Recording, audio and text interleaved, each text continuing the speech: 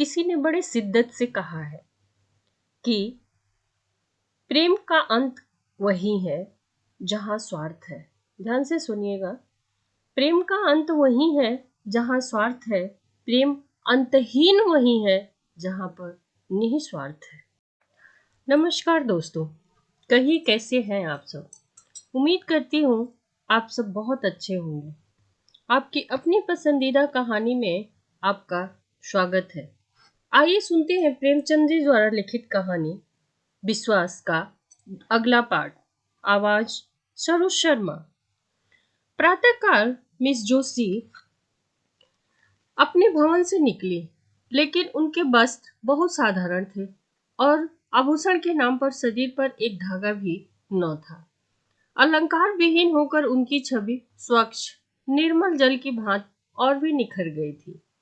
उसने सड़क पर आकर एक तांगा लिया और आगे चली गई। आपटे का मकान गरीबों के एक दूर से मोहल्ले में था। तांगे वाला मकान का पता जानता था। कोई दिक्कत नहीं हुई। मिस जोशी जब मकान के द्वार पे पहुंची तो न जाने क्यों उनका दिल धड़क रहा था। उसने कांपते हुए हाथों से कुंडी खटखटाई। एक अधेड़ औरत ने निकलकर द्वार खोल दिया। मिस जोशी उस घर की सादगी देखकर दंग रह गई। एक किनारे चारपाई पड़ी हुई थी, एक टूटी अलमारी और कुछ किताबें चुनी गिनी थीं। फर्श पर लिखने का डेस्क था और एक रस्सी की अलगनी पर कपड़े लटके हुए थे। कमरे के दूसरे हिस्से में एक लोहे का चूल्हा था और खाने के बर्तन पड़े हुए थे। एक लंबा तगड़ा आदमी जो उसी अधेड़ औरत का पति था, बैठा एक टूटे हुए ताले की मरम्मत कर रहा था और एक 5-6 वर्ष का तेजस्वी बालक आपटे की पीठ पर चढ़ने के लिए उसके गले में हाथ डाल रहा था। आपटे इसी लोहार के साथ उसी के घर में रहते थे। समाचार पत्रों में लेख लिखकर जो कुछ मिलता उसे ही दे देते और इस शांति गृह प्रबंध की चिंताओं से छुट्टी पाकर जीवन व्यतीत करते थे।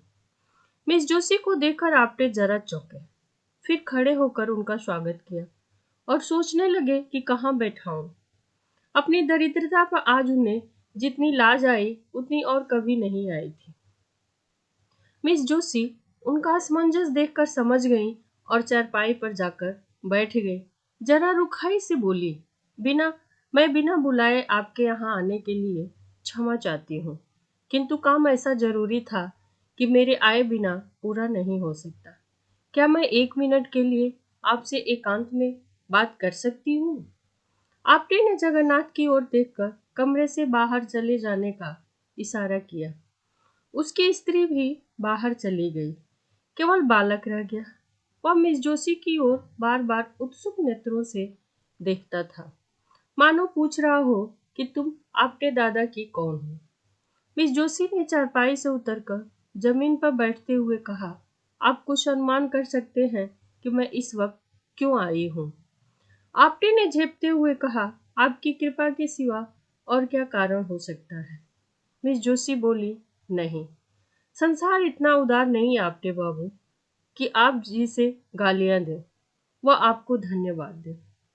आपको याद है कि कल आपने अपने व्याख्यान में मुझ पर क्या क्या आक्षेप किए थे? मैं आपसे जोर देकर कहती हूँ कि वे आक्षेप करके आपने मुझ पर घोर अत्याचार किया है। आप जैसे सहृदय सीलवान विद्वान मनुष्य, मुझे ऐसी आशा न थी। मैं अबला हूँ, मेरी रक्षा करने वाला कोई नहीं। क्या आपको उचित था कि एक अबला पर मिथ्या आरोपण करें? अगर मैं पुरुष होती तो आपसे ड्यूल खेलने का आग्रह करती। अबला हूं इसलिए आपकी सज्जनता को स्पर्श करना ही मेरे हाथ में है। आपने मुझ पर जो लांछन लगाए हैं वे सर्वथा निर्मूल हैं। आपने दृढ़ता से कहा, अनुमान तो बाहरी प्रमाणों से किया जाता है। मिस जोशी बोली, बाहरी प्रमाणों से आप किसके अंतःस्थल की बात नहीं जान सकते। फिर आपटे बोले, जिसका भीतर बाहर एक न हो उसे देखकर भ्रम में पड़ जाना स्वाभाविक है। मिस जोशी बोली, हाँ, तो वह आपका भ्रम है और मैं चाहती हूँ कि आप उस कलंक को मिटा दें जो आपने मुझ पर लगाया है। आप इसके लिए प्रायश्चित करेंगे? आपटे बोले, अगर ना करूं तो मुझे से बड़ा दुरात्मा संसार में नहीं होगा। मिस जोशी बोली, आप मुझ पर विश्वास करते हैं? आपटे बोले, मैंने आज तक किसी रमणी पर अविश्वास नहीं किया। मिस जोशी बोली, क्या आपको यह संदेह हो रहा है कि मैं आपके साथ कौशल कर रही हूँ? आपटे ने मिस जोशी की ओर अपने सहृदय सजल सरल नेत्रों से देखकर कहा, बाई जी, मैं गंवार और अशिष्ट प्राणी हूँ, लेकिन नारी जाति के लिए मेरे हृदय में जो आदर है वह उस श्रद्धा से कम नहीं है जो मुझे देवताओं पर है। मैंने अपनी माता का मुख नहीं देखा, यह भी नहीं जानता कि मेरा पिता कौन था, किंतु जिस देवी के दया वृक्ष की छाया में मेरा पालन पोषण हुआ, उनकी प्रेम मूर्ति आज तक मेरी आंखों के सामने है और नारी के प्रति मेरी भक्ति को सजीव रखे हुए है। मैं उन शब्दों को मुंह से निकालने के लिए अत्यंत दुखी और लज्जित हूँ जो आवेश में निकल गए, और मैं आज ही समाचार पत्रों में खेद प्रकट करके आपसे क्षमा की प्रार्थना जरूर करूंगा। मिस ज्योति मिस जोशी को अब तक अधिकांश स्वार्थी आदमियों से ही साबिका पड़ा था, जिनके चिकने चुपड़े शब्दों में मतलब छिपा हुआ था। आपके के सरल विश्वास पर उनका चित्त आनंद होकर और गदगद हो गया। शायद वह गंगा में खड़ी होकर अपने अन्य मित्रों से यह कहती तो उनके फैशनेबल मिलने वालों में से किसी को उस पर विश्वास न आता। सब मुंह के सामने तो हाँ हाँ करते, पर बाहर निकलते ही उनका मजाक उड़ाया करते हैं। उन कपटी मित्रों के सम्मुख यह आदमी था जिसके एक एक शब्द में सच्चाई झलक रही थी, जो उसके अंतःस्थल से निकलते हुए मालूम होते थे। आपटे उसे चुप देखकर किसी और ही चिंता में पड़े हुए थे। उन्हें भय हो रहा था, अब मैं चाहे कितनी क्षमा मांगूं, मिस जोशी के सामने कितनी सफाइयां पेश करूं, मेरे आक्षेपों का असर कभी नहीं मिटेगा। इस भाव ने अज्ञात रूप से उन्हें अपने विषय की गुम बातें कहने की प्रेरणा की, जो उन्हें उनकी दृष्टि में लघु बना दे, जिससे वह भी उन्हें नीच समझने लगे। उसको संतोष हो जाए कि वह भी कुलसित आत्मा है। बोले, मैं अन्य से अभागा हूँ, माता पिता का तो मुंह ही देखना नसीब नहीं हुआ। जिस दयाशील महिला ने मुझे आश्रय दिया था, वह भी मुझे 13 वर्ष की अवस्था में अनाथ छोड़कर परलोक सिधार गई। उस समय मेरे सिर पर जो कुछ बीती उसे याद करके इतनी लज्जा आती है कि किसी को मुंह न दिखाऊं। मैंने धोबी का काम किया, फिर मोची का भी काम किया, घोड़े की साइसी भी की थी, एक होटल में बर्तन भी मांजता रहा, यहाँ तक कि कितनी ही बार क्षुधा से व्याकुल होकर भीख भी मांगे। दोस्तों, यहाँ क्षुधा से मतलब है भूख, भूख से व्याकुल होकर भीख भी मांगी थी। मजदूरी करने को बुरा नहीं समझता, आज भी मजदूरी ही करता हूँ। भीख मांगनी भी किसी किसी दशा में क्षम्य है, लेकिन मैंने उस अवस्था में ऐसे ऐसे कर्म किए जिन्हें कहते लज्जा आती है। चोरी की, विश्वासघात किया, यहाँ तक कि चोरी के अपराध में कैद की सजा भी पाई थी। मिस जोशी ने सजल नयन होकर कहा, आप यह सब बातें मुझसे क्यों कह रहे हैं? मैं इसका उल्लेख करके आपको कितना बदनाम कर सकती हूँ, इसका भय नहीं है आपको?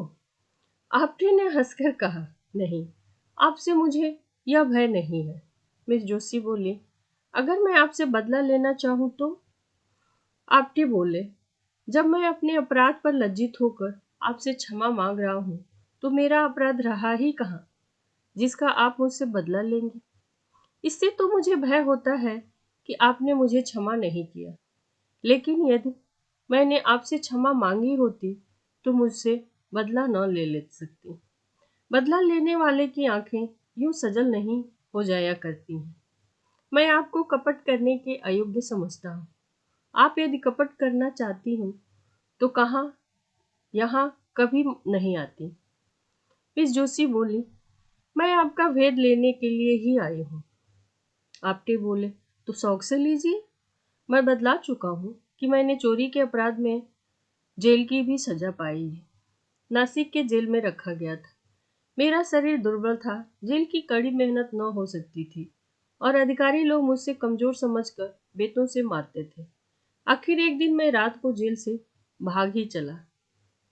मिस जोशी, आप तो छिपे रुस्तम निकले, आपटे बोले।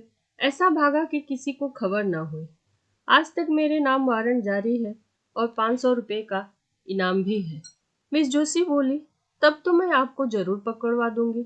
आपटे बोले, तो फिर मैं आपको अपना असल नाम भी बतलाए देता हूँ। मेरा नाम दामोदर मोदी है। यह नाम तो पुलिस से बचने के लिए रखा हुआ है मैंने। बालक अब तक तो चुपचाप बैठा हुआ था। मिस जोशी के मुंह से पकड़वाने की बात सुनकर वह सजग हो गया। उसे डांट कर बोला, हमारे दादा को कौन पकड़ेगा? मिस जोशी बोली, सिपाही पकड़ेगा, और कौन पकड़ेगा? बालक बोला, हम सिपाही को बहुत मारेंगे। यह कहकर वह एक कोने से अपने खेलने का डंडा उठा लाया और आपटे के पास विरोचित भाव से खड़ा हो गया, मानो सिपाहियों से उसकी रक्षा कर रहा हो। मिस जोशी बोली, आपका रक्षक तो बड़ा बहादुर मालूम होता है। आपटे बोले, इसकी भी एक कथा है। साल भर होता है, यह लड़का खो गया था, मुझे रास्ते में मिला। मैं पूछता पूछता इसे यहाँ लाया। उसी दिन से इन लोगों से मेरा इतना प्रेम हो गया कि मैं इनके साथ रहने लगा। मिस जोशी बोली, आप अनुमान कर सकते हैं कि आपका वृत्तांत सुनकर मैं आपको क्या समझ रही हूँ? आपटे बोले, वही जो वास्तव में मैं हूँ, नीच, कमीना, धूर्त इत्यादि। मिस जोशी बोली, नहीं आपटे बाबू, आप मुझ पर फिर अन्याय कर रहे हैं। पहला अन्याय तो क्षमा कर सकती हूँ, पहला अन्याय तो क्षमा कर सकती हूँ, यह अन्याय क्षमा नहीं कर सकती। इतनी प्रतिकूल दशाओं में पड़कर भी जिसका हृदय इतना पवित्र, निष्कपट, सहृदय हो, वह आदमी नहीं, देवता है। भगवान, आपने मुझ पर जो आक्षेप किए वह सत्य है। मैं आपके अनुमान से कहीं भ्रष्ट हूँ। मैं इस योग्य भी नहीं हूँ कि आपकी ओर ताक सकूं। आपने अपने हृदय की विशालता दिखाकर मेरा असली स्वरूप मेरे सामने प्रकट कर दिया। मुझे क्षमा कीजिए और मुझ पर दया कीजिए। यह कहते कहते वह उनके पैरों पर गिर पड़ी। आपटे ने उसे उठा लिया और बोले, मिस जोशी, ईश्वर के लिए मुझे लज्जित ना करें। मिस जोशी ने गदगद कंठ से कहा, आप इन दुष्टों के साथ हाथ से मेरा उद्धार कीजिए। मुझे इस योग्य बनाइए कि आपके विश्वास पात्री बन सकूं। ईश्वर साक्षी है कि मुझे कभी कभी अपनी दशा पर कितना दुख होता है। मैं बार बार चेष्टा करती हूँ कि अपनी दशा सुधारूं, इस विलासिता के जाल को तोड़ दूं जो मेरी आत्मा को चारों तरफ से जकड़े हुए है। पर दुर्बल आत्मा अपने निश्चय पर स्थित नहीं रहती। उच्च शिक्षा ने गृहिणी जीवन में मेरे मन में घृणा पैदा कर दी। मुझे किसी पुरुष के अधीन रहने का विचार अस्वाभाविक जान पड़ता था। मैं गृहिणी की जिम्मेदारियों और चिंताओं को अपनी मानसिक स्वाधीनता के लिए विश्व तुल्य मानती थी। तर्क बुद्धि से अपने स्त्रीत्व को मिटा देना चाहती। मैं पुरुष की भांति स्वतंत्र रहना चाहती। क्यों किसी की पाबंद होकर रहूं? क्यों अपनी इच्छाओं को किसी व्यक्ति के सांचे में ढालूं? क्यों किसी को यह कहने का अधिकार दूं कि तुमने यह क्यों किया? दाम्पत्य मेरी निगाह में तुच्छ वस्तु थी। अपने माता पिता की आलोचना करना मेरे लिए उचित नहीं। ईश्वर उन्हें सद्गति दे। उनकी राय किसी बात पर न मिलती थी। पिता विद्वान थे, माता के लिए काला अक्षर भैंस बराबर था। उनमें रात दिन वाद विवाद होता रहता था। पिताजी ऐसी स्त्री से विवाह हो जाना अपने जीवन का सबसे बड़ा दुर्भाग्य समझते थे। वह यह कहते कभी न थकते कि तुम मेरे लिए बाँव की बेड़ी बन गई, नहीं तो मैं न जाने कहाँ उड़कर पहुंच जाता। उनके विचार में सारा दोष माताजी की अशिक्षा था। वह अपनी एकमात्र पुत्री को मूर्ख माता के संसर्ग से दूर रखना चाहते थे। माता कभी मुझसे कुछ कहती तो पिता उन पर टूट पड़ते। मुझसे कितनी बार कह चुका था कि लड़की को डांटो मत, वह स्वयं अपना भला बुरा सोच सकती है। तुम्हारे डांटने से उसके आत्मसम्मान को कितना धक्का लगेगा, यह तुम कभी नहीं सोच सकते। आखिर माँ ने निराश होकर मुझे मेरे हाल पर छोड़ दिया। कदाचित इसी शोक में वह चल बसी। अपने घर की अशांति देखकर मुझे विवाह से और भी घृणा हो गई। सबसे बड़ा असर मुझ पर मेरे कॉलेज की लेडी प्रिंसिपल का हुआ, जो स्वयं अविवाहित थे। मेरा तो वह अब यह विचार है कि युवकों की शिक्षा का भार केवल आदर्श चरित्रों पर रखना चाहिए। विलास में रत कॉलेजों के शौकीन प्रोफेसर विद्यार्थियों पर कोई अच्छा असर नहीं डाल सकते। मैं इस वक्त ऐसी बात आपसे कह रही हूँ, पर अभी घर जाकर यह सब मैं भूल जाऊंगी। मैं जिस संसार में हूँ उसकी जलवायु ही दूषित है। वहाँ सभी मुझे कीचड़ में लथपथ देखना चाहते हैं। आपटे ने मिस जोशी की ओर वेदनापूर्ण दृष्टि से देखकर कहा, अगर मैं आपकी कुछ सेवा कर सकूं तो यह मेरे लिए सौभाग्य की बात होगी। मिस जोशी बोली, हम सब मिट्टी के पुतले हैं, कोई निर्दोष नहीं। मनुष्य बिगड़ता है तो परिस्थितियों से या पूर्व संस्कारों से। परिस्थितियों का त्याग करने से ही बच सकता है। संस्कारों से गिरने वाले मनुष्य का मार्ग इससे कठिन नहीं है।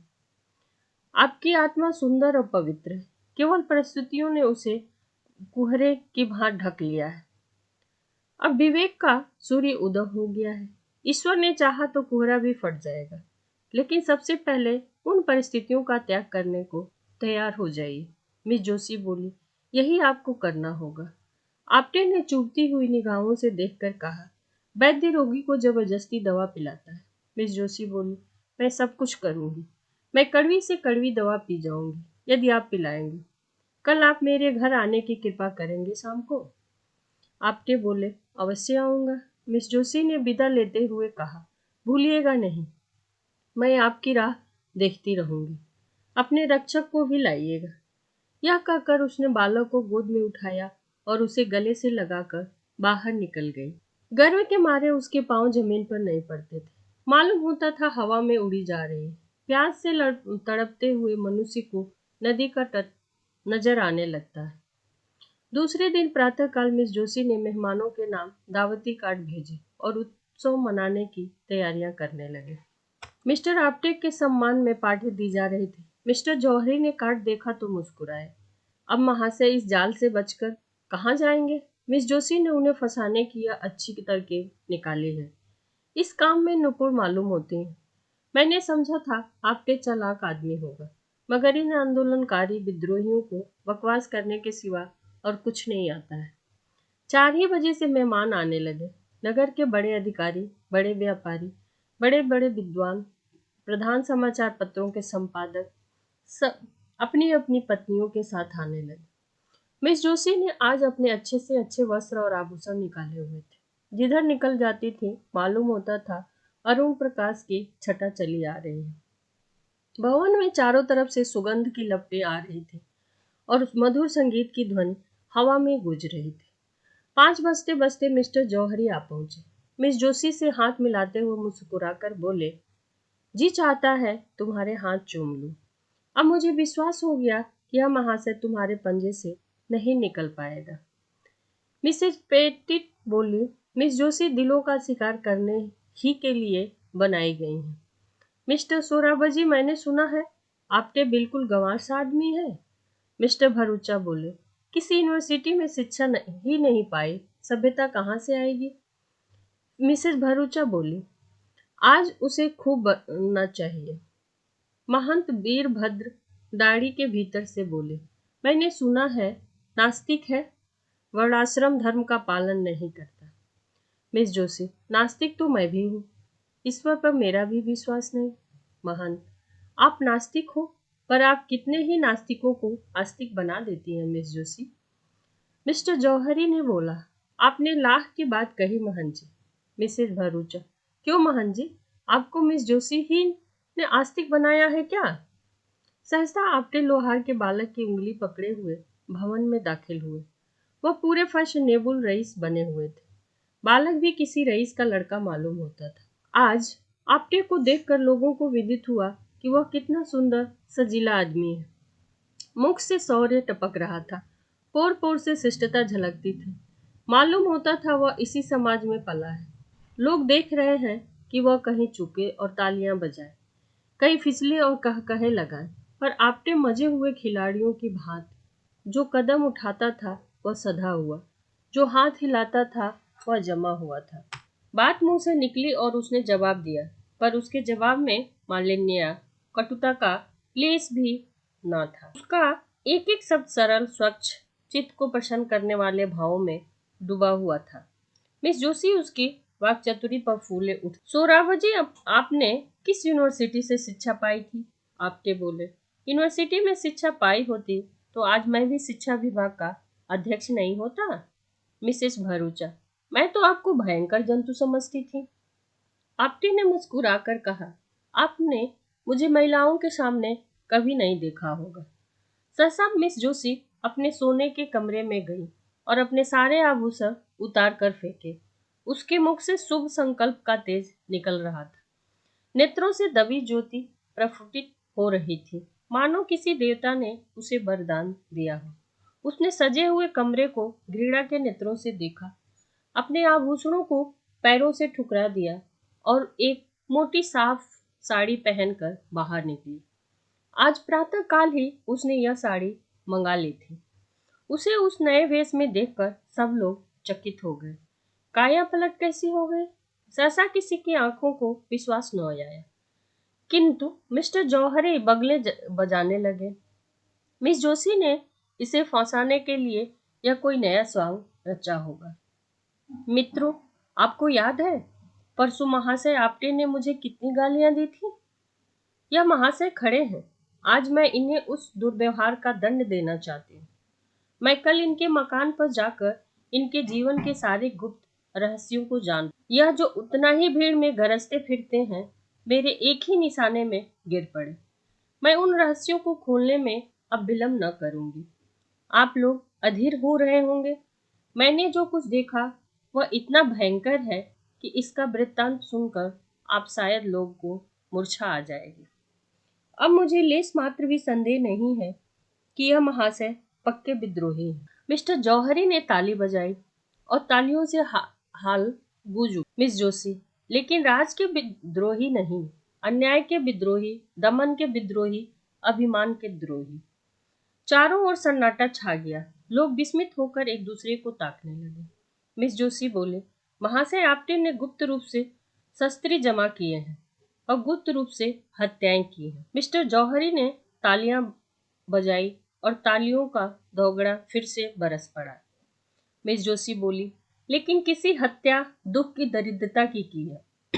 आप जानते हैं कि इन्होंने किसकी हत्या की है? दुख की और दरिद्रता की, प्रजा के कष्टों की, हठधर्मी की और अपने स्वार्थ की। चारों ओर फिर सन्नाटा छा गया। लोग चकित हो होकर एक दूसरे को देखने लगे, मानो उन्हें अपने कानों पर विश्वास नहीं हो रहा है। मिस जोशी फिर बोली, महाराज आपटे ने गुप्त रूप से डकैतियां भी की हैं और कह रहे हैं अब की किसी ने ताली न बजाए। लोग सुनना चाहते थे कि देखें आगे क्या कहती है। उन्होंने मुझ पर भी हाथ साफ किया है, मेरा सब कुछ अपहरण कर लिया है, यहाँ तक कि अब मैं निराधार हूँ और उनके चरणों के सिवा मेरे लिए और कोई आश्रय नहीं है। प्राणधार, इस अबला को अपने चरणों में स्थान दो, उसे डूबने से बचाओ। मैं जानती हूँ तुम मुझे निराश न करोगे। यह कहते कहते वह जाकर आपटे के चरणों पर गिर पड़ी। सारी मंडली स्थगित रह गई। लगभग एक सप्ताह गुजर चुका था। आपटे पुलिस की हिरासत में थे। उन पर अभियोग चलाने की तैयारियां हो रही थी। सारे प्रांत में हलचल मची हुई थी। नगर में रोज सभाएं होती थी। पुलिस रोज 10-5 आदमियों को पकड़ती थी। समाचार पत्रों में जोरों से वाद विवाद हो रहा था। रात के 9 बज गए थे। मिस्टर जौहरी राजभवन में मेज पर बैठे हुए सोच रहे थे कि मिस जोशी को क्यों कर वापस लाए। उसी दिन से उनकी छाती पर सांप लौट रहा था। उसकी सूरत एक क्षण के लिए आंखों से नहीं उतरती थी। यह सोच रहे थे, इनके सारे मेरे साथ ऐसी दगा की, इन इसके लिए क्या कुछ न किया।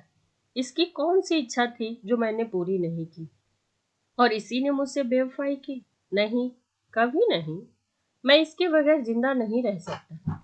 दुनिया चाहे मुझे बदनाम करे, हत्यारा कहे, चाहे मुझ पद से हाथ धोना पड़े, लेकिन आपटे को मैं नहीं छोड़ूंगा। इस रोड़े के रास्तों को हटाकर ही रहूंगा। इस कांटे को पहलू से निकाल कर ही बाहर निकाल दूंगा।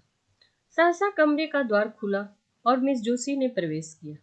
मिस्टर जौहरी हकबकाकर कुर्सी से उठ खड़े हुए और यह सोचकर कि शायद मिस जोशी इधर से निराश होकर मेरे पास आई है। कुछ रूखे लेकिन नम्र भाव से बोले, आओ बाला, तुम्हारी याद में ही मैं बैठा था। तुम कितनी ही बेवफाई करो, पर तुम्हारी याद मेरे दिल से नहीं निकल सकती है। मिस जोशी, आप केवल जबान से कहते हैं। मिस्टर जौहरी, क्या दिल चीर कर दिखा दूं? मिस जोशी, प्रेम प्रतिकार नहीं करता, प्रेम से दुराग्रह नहीं होता है। आप मेरे खून के प्यासे हो रहे हैं, उस पर भी आप कहते हैं मैं तुम्हारी याद करता हूँ। आपने मेरे स्वामी को हिरासत में डाल दिया। यह प्रेम है? आखिर आप मुझसे क्या चाहते हैं? अगर आप समझ रहे हो कि इन तथ्यों से डरकर मैं आपके शरण आ जाऊंगी तो आपका भ्रम है। आपको अख्तियार है कि आपटे को काले पानी भेज दें, फांसी पर चढ़ा दिया जाए, लेकिन इसका मुझ पर कोई भी असर न होगा। वह मेरा स्वामी है, मैं उसको अपना स्वामी समझती हूँ। उन्होंने अपनी विशाल उदारता से मेरा उद्धार किया है। आप मुझे विषय के फंदों में फंसाते थे, मेरी आत्मा को कलुषित करते थे। दोस्तों, कलुषित का मतलब दुखी करना। कभी आपको यह ख्याल आया कि इसकी आत्मा पर क्या बीत रही होगी? आप मुझे आत्मशून्य समझते थे।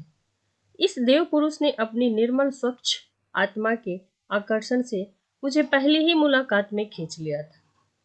मैं उसकी हो गई और मरते दम तक उसी की ही रहूंगी। उस मार्ग से अब आप मुझे नहीं हटा सकते। मुझे एक सच्ची आस्था की जरूरत थी, वह मुझे मिल गई। उसे पाकर अब तीनों लोक की संपदा मेरी आंखों में तुच्छ है। मैं उनके वियोग में चाहे प्राण दे दूं, पर आपके काम नहीं आ सकती। मिस्टर जौहरी, मिस जोशी, प्रेम उदार नहीं होता, क्षमाशील नहीं होता। मेरे लिए तुम सर्वस्व हो। जब तक मैं समझता हूँ कि तुम मेरी हो, अगर तुम मेरी नहीं हो सकती हो, मुझे उसकी क्या चिंता हो सकती है कि तुम किस दिशा में। मिस जोशी बोली, यह आपका अंतिम निश्चय है। मिस्टर जौहरी बोले, अगर मैं कह दूं कि हाँ, तो क्या करोगी? मिस जोशी ने सीने से पिस्तौल निकालकर कहा, तो पहले आपकी लाश जमीन पर पड़ती होगी और आपके बाद मेरी। बोलिए, आपका अंतिम निश्चय है? यह कहकर मिस जोशी ने जौहरी की तरफ पिस्तौल तान दिया। जौहरी कुर्सी से उठ खड़े हुए और मुस्कुराकर बोले, क्या तुम मेरे लिए कभी इतना साहस कर सकती थी? मिस जोशी बोली, कदापि नहीं। अब मुझे विश्वास हो गया कि मैं तुम्हें नहीं पा सकता। जाओ, तुम्हारा आपटे तुम्हें मुबारक हो। उस पर से अभियोग उठा लिया जाएगा। पवित्र प्रेम ही में यह साहस हो सकता है। अब मुझे विश्वास हो गया कि तुम्हारा प्रेम पवित्र है। अगर कोई पुराना पापी भविष्यवाणी कर सकता है, तो मैं कहता हूँ वह दिन दूर नहीं जब तुम इस भवन की मालकिन होगी। आपटे ने मुझे प्रेम के क्षेत्र में नहीं, राजनीति के क्षेत्र में भी परास्त कर दिया। सच्चा आदमी एक मुलाकात में ही जीवन को बदल सकता है, आत्मा को जगा सकता है और अज्ञान को मिटाकर प्रकाश की ज्योति भी फैला सकता है। यह आज सिद्ध हो गया। मिस जोशी, धन्यवाद दोस्तों। कहानी अच्छी लगी हो तो लाइक, कमेंट्स, शेयर और सब्सक्राइब करना न भूलें। दोस्तों, कहानी को ज़्यादा से ज़्यादा लोगों को शेयर करें और चैनल को सब्सक्राइब करें। आपका दिन शुभ हो, मंगल हो। धन्यवाद।